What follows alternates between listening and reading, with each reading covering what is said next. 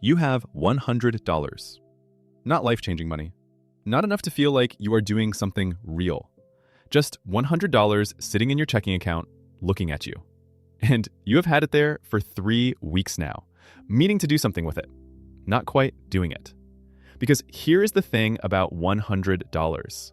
It feels too small to invest, too tight to spare, and somehow both of those things at the exact same time.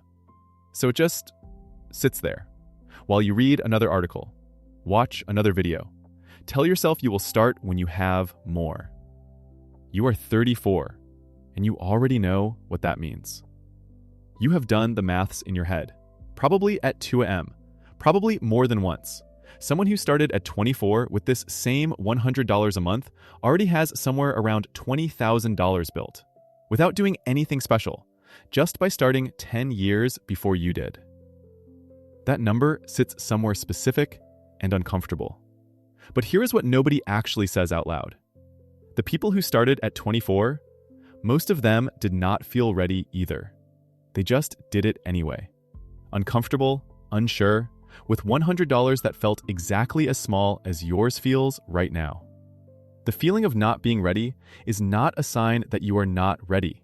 It is just the feeling. It has always been the feeling. It will always be the feeling. So you open the account. Takes about 8 minutes. You pick a broad index fund, something that tracks the S&P 500, because the research rabbit hole is just another version of waiting, and you have already waited long enough. You set up the automatic transfer, $100, first of every month, day after payday, so your brain does not register it as available to spend. You click confirm. Nothing happens. The account shows $100. The market moves slightly, and your $100 becomes $99.60. You check it before bed, then once more after. This is the beginning, and it looks nothing like what you expected. 6 months pass. You have put in $600. The account reads $641. $641. You could have made that in a weekend of overtime. It is not a number you bring up at dinner. It is a number that just exists, quietly, in an app you check less than you used to, because checking stopped producing any feeling worth having. And this, right here, this is the part that gets people. Not the fear of losing money, not the complexity of picking the right fund. This part, the 6 months of nothing, the habit running in silence, the machine accepting your $100 every single month without acknowledgement, without applause, without any signal that what you are doing is working. There is a version of you that stops here. Not because you decided to quit, just because 1 month was tight and the transfer did not happen. Then another month. Then the account sits at $641 untouched, and you stop logging in, and a year goes by, and the habit is quietly gone. That version of you is not a failure. That version of you is just human. The gap between knowing what to do and continuing to do it when absolutely nothing is rewarding you for it. That is where most people exit. Not dramatically, just quietly. You do not exit. Not this time. You have no idea what that decision is going to be worth yet. You will. 12 months in. You have contributed $1,200. The account reads $1,341. You gained $141 beyond what you put in. You could have made that in an afternoon of overtime. It is not an impressive number, and you are self-aware enough to know that. You tell nobody about the $1,341. What would you even say?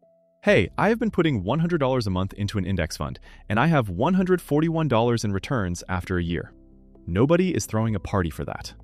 But here is what actually happened in year 1 that the balance does not show.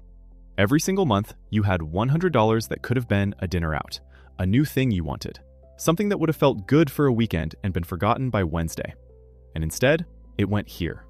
Not because you are better than the person who bought the dinner, just because you made a specific decision about a specific $100. And then you made it again, and again, 12 times. That repetition, 12 decisions that felt like nothing, that is the foundation. Not the $1,341. The repetition is the foundation. You also learned something about yourself this year that most people never test. You learned that your life did not fall apart without the $100. The month did not collapse. The things you thought you needed that money for, most of them never materialized. And when they did, you found the money somewhere else.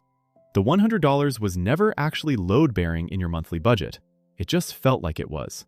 Very convincingly. Every single month. Most people never test that feeling. They just believe it. You tested it 12 times. It was wrong 12 times. That is worth more than $141 in market returns. And something else happened this year that is harder to name. You stopped checking the account from panic. You started checking from something closer to curiosity. Small difference, massive gap. The investor who checks their account from fear and the investor who checks from curiosity are holding the exact same fund. They are not having the same experience, and they will not make the same decisions when things get difficult. Things get difficult. Of course they do. Month 9. The market drops 12% over 8 weeks. You watch $180 disappear. The account that read $1,100 now reads $920. You feel it in a specific place that is not quite your stomach and not quite your chest. You sit with it. You do not sell. You transfer the $100 on schedule because the schedule does not negotiate with market conditions. And that $100 buys more shares than it did 3 months ago because the prices are lower. You do not celebrate this. You just continue. 8 months later, the market recovers. The account reads $1,580. The shares you bought during the drop are now worth more than what you paid. The discipline of the down months compounded quietly. It does this every time. You will forget this every time. The forgetting is fine as long as the behavior does not change. Year 1 ends. Nobody noticed. Nobody congratulated you. The account just sits there, quietly becoming something. Year 2 feels different. Not dramatically, just different. The checking happens less out of anxiety and more out of genuine curiosity. You are watching something now, instead of monitoring for disaster. That is a transition most people never make, and some people never make it at all. 26 months in, you have contributed $2,600. The account reads $3,100. $3,100. Now that is a number with some actual weight to it. Not life-changing weight, but noticeable weight. The kind of number where you can start to see the shape of something that did not exist 2 years ago.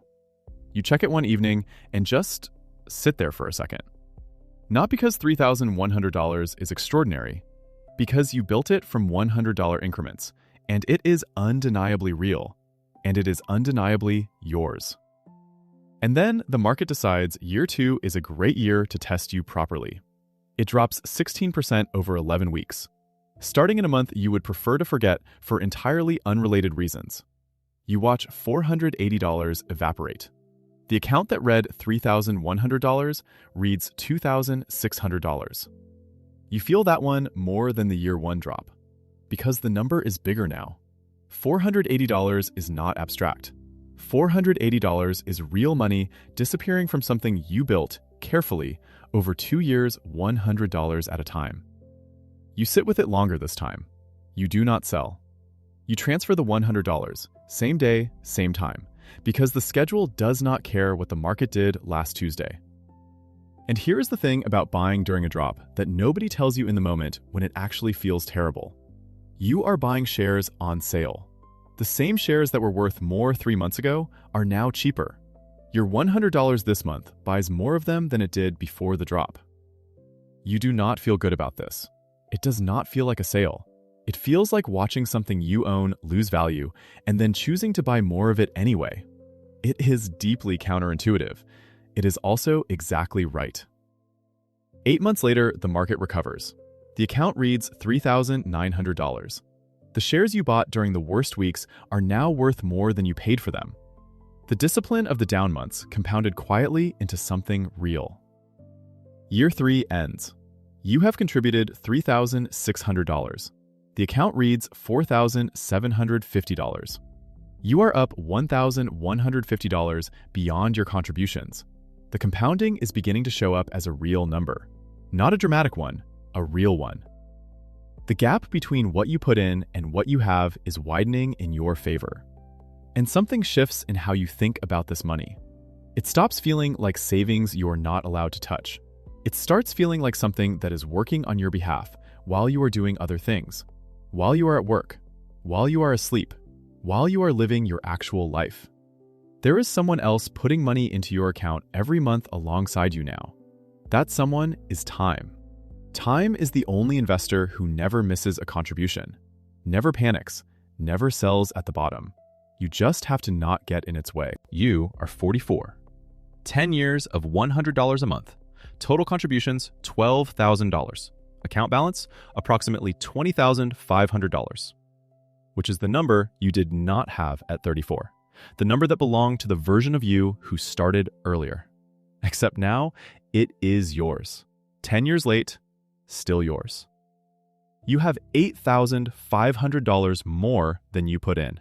And in the last year alone, without a single additional dollar of effort from you, your portfolio returned roughly $1,800. Read that again slowly. You put in $1,200 last year. The account added $1,800 on top of that from returns on what was already there. Your money is making more money than you are putting in. Not by a lot, but the line has crossed. And this is the part they try to explain in books and podcasts and financial planning sessions, and it never quite lands until you see it in your own account with your own name on it.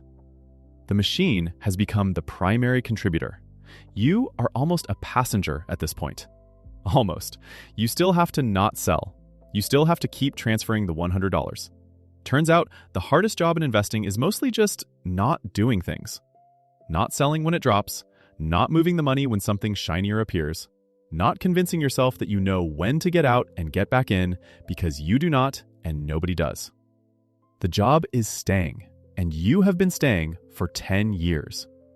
Think about what you did not sacrifice to get here. You did not move back home. You did not take a second job. You did not give up the things that made your life your life. You gave up $100 every month. And 10 years later, you have $20,500 growing faster than your contributions in a portfolio that is now accelerating. Because here is what changes at year 10 that is easy to miss. The compounding is not linear. It is exponential. And the exponential part is only now becoming visible. In year 1, the market returned you $141. In year 5, it returned roughly $600 in a single year. In year 10, it returned $1,800 in a single year. Same $100 a month, same index fund, just more time. The machine you built with Pocket Change is now producing returns that approach your annual contribution. And there are still decades left. You think about the version of yourself at 34, sitting at the kitchen table, staring at a $100 bill that felt too small to matter. You want to go back and tell him something. You cannot. So you just keep going. You are 54. Total contributions, $24,000. Account balance, approximately $76,000. $76,000. You have $52,000 more than you contributed. The gap between what you put in and what you have is now more than double your total investment. You did not time the market. You did not pick the right stock. You did not have a mentor who gave you an edge or an inheritance that changed the starting line. You had $100 a month and 20 years. And the compounding did what compounding does when you leave it alone long enough, which is quietly build something that looks like luck from the outside and looks like discipline from the inside. And the acceleration, this is the part that genuinely surprises people. The acceleration is just beginning. In year 1, the market returned $141. In year 10, it returned $1,800. In year 20, it is returning roughly $7,000 annually. You put in $1,200 a year. The account adds $7,000. The machine has become the primary contributor. You are mostly just watching now. And something else has been building alongside the money for 20 years that has nothing to do with market returns. Your relationship with money is different. Not because you have more of it, because you are conscious of it differently. You understand the difference between spending that produces something and spending that produces only the moment. You do not deprive yourself. You went on the trip. You bought the thing. You just did it inside a structure that preserved the $100 because the $100 had stopped being a sacrifice and started being a personality. Your patience is different. You have watched the market go up and down enough times that your instinct in both directions has changed. You no longer react. You observe. You understand that the red number on a given Tuesday is not information about the future. It is information about Tuesday, and Tuesday will pass. And here is the honest, uncomfortable part. There is a quiet distance that opens between you and people who are not building anything. Not because you are better, because your priorities are different now in ways that show up in small decisions every day. And small decisions accumulate into a different kind of life. You feel this sometimes, like a loneliness you cannot quite name. Moving in a direction that not everyone around you is moving. Slowly enough that nobody notices, including you, until you look back. You are 64. Total contributions, $36,000. Account balance at a historically average return, approximately $227,000. $227,000 from $36,000. The difference, $191,000, was not earned at a job, was not won, was not inherited. It grew from time and from your refusal to stop. Every month felt like nothing. Every month felt too small to matter. Every correction you did not sell through. Every year that passed without drama or visible progress. Every Tuesday transfer that nobody congratulated you for. All of it stacked. All of it compounding. All of it here. And here's the thing about the person waiting to start until the amount feels worth starting with. That moment does not come. And if it comes, the habit of waiting comes with it.